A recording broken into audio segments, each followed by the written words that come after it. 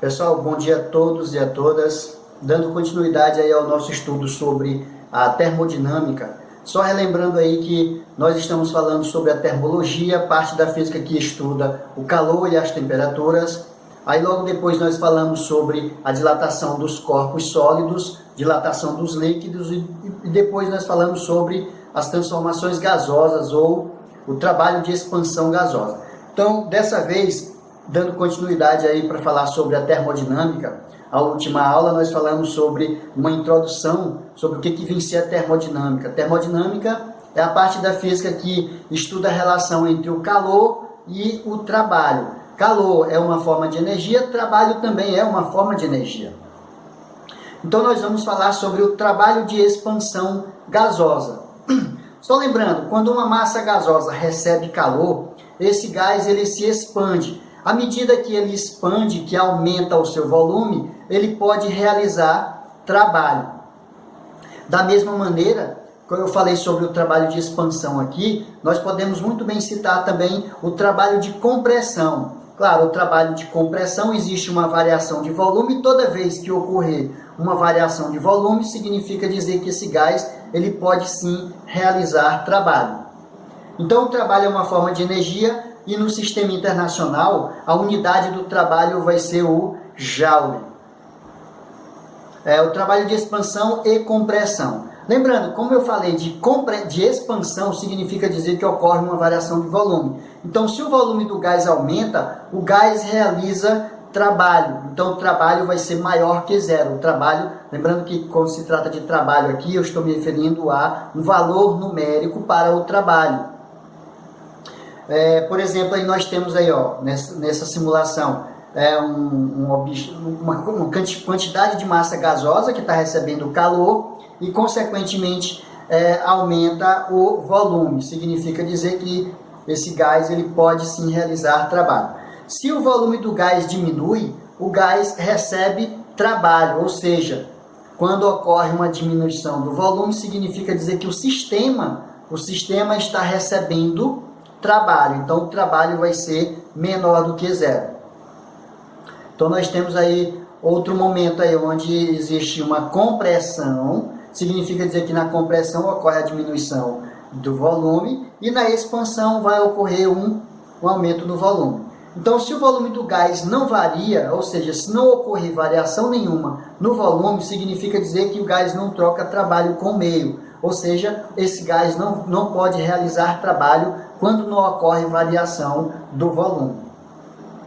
A equação a ser trabalhada vai ser essa daqui. Lembrando que aqui eu estou utilizando uma letra grega chamada tal. E esse tal vai representar o trabalho. Trabalho é igual a P de pressão vezes ΔV. Observe que aqui está representado uma espécie de pressão, uma pressão, como eu já falei na última aula, quando se trata de pressão, nós temos esse recipiente, claro, eu posso aplicar uma pressão de cima para baixo e o volume diminui. Se de repente eu diminuir a pressão, ocorre um aumento no volume. Então nós temos a presença da pressão vezes a variação do volume. Quando se trata de variação do volume, eu posso ter V2 menos V1, ou volume final menos o volume inicial. A quantidade de calor envolvida nesse processo, lembrando que para que ocorra a variação de volume, significa dizer que precisa de uma adição de uma quantidade de calor. Então, uma forma de energia que passa de um corpo para outro em função da diferença de temperatura. Essa é a definição de quantidade de calor.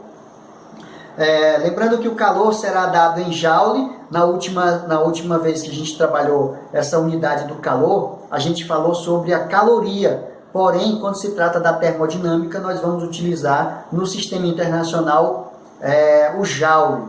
Então, nós temos a unidade Joule. Aí, claro, existe um fator de conversão, onde uma caloria é o correspondente a 4,18 Joule. Só que aqui eu estou arredondando 4,2 ou 4,20 Joule. 4,20 Joule. Então, eu posso muito bem obter uma conversão, fazer um fator de conversão. Se eu estou trabalhando caloria, então eu tenho que transformar uma caloria corresponde a 4,2. Se por acaso eu estivesse trabalhando com 100 calorias, era só multiplicar 100 vezes 4,20. né? Então daria 420 Joule. Relembrando aí que a quantidade de calor que o gás recebe do meio é positiva. Então toda vez que um corpo recebe calor, essa quantidade de calor vai ser maior que zero positiva. Então nós temos aí na simulação, o gás está recebendo calor, significa dizer que a quantidade de calor é positiva. Claro, ocorre uma expansão. A quantidade de calor que o gás cede para o meio é negativa, então quantidade de calor menor do que zero. Menor do que zero significa dizer que ocorre a compressão. Então na compressão ocorre uma diminuição dessa quantidade de calor.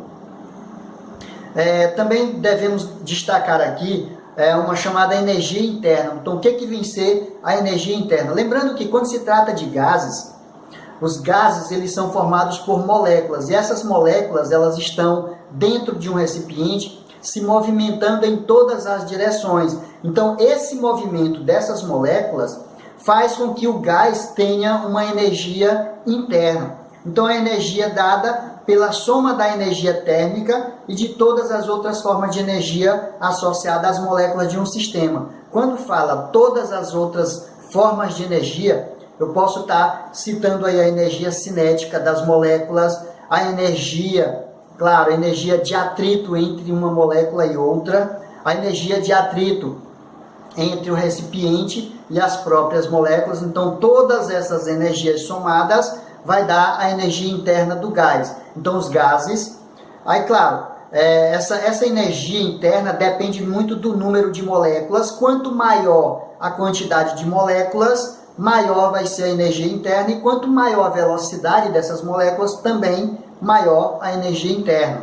Então nós podemos observar aí nessa simulação, claro, são várias camadas gases, claro, essas moléculas elas vão manter um movimento caótico em todas as direções. Aí, claro, quanto maior a velocidade dessas moléculas, maior vai ser a energia interna. E quanto maior o número de moléculas, também vai ser maior a energia interna.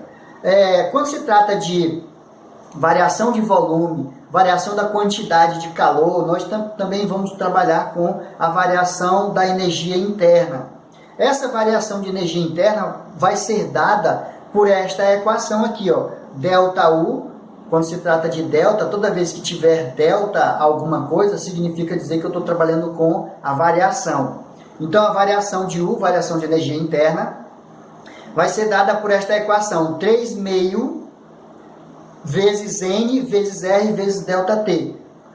O N é o número de mol ou o número de moléculas, né? O R é a constante universal dos gases, que já foi mencionada anteriormente, 0,082, vezes a variação da temperatura. Então, toda vez que ocorrer uma variação de temperatura, significa dizer que vai ocorrer uma variação de energia interna. Então, a variação de energia interna ocorre da seguinte forma. Se a temperatura do gás aumenta, a variação de energia é positiva, ou ΔU maior que zero. Se a temperatura do gás diminui, a variação da energia interna vai ser negativa, ΔU menor do que zero. E se a temperatura do gás permanece constante, a variação de energia é nula, né? ΔU igual a zero. Só lembrando que aqui foi destacado o seguinte, quando se trata de temperatura do gás permanece constante, significa dizer que eu estou trabalhando uma transformação gasosa do tipo isotérmica. Então, na isotérmica, vai significar dizer que a variação de energia interna vai ser igual a zero.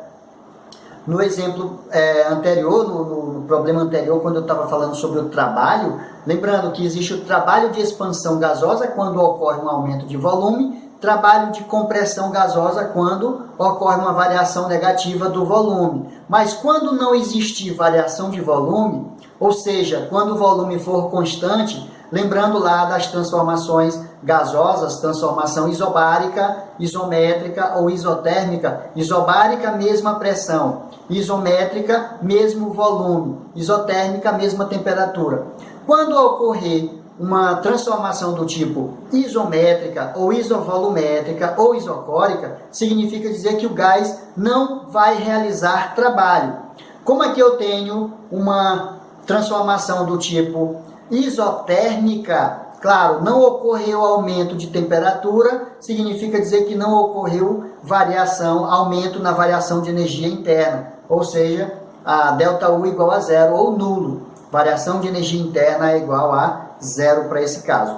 Então, pessoal, eu espero que vocês tenham compreendido esse momento aqui que nós falamos sobre o trabalho da expansão gasosa. Toda vez que ocorrer aumento no volume, significa dizer que o gás está realizando o trabalho. Aumento do volume significa dizer que o gás está recebendo calor. Quantidade de calor maior que zero, trabalho maior que zero.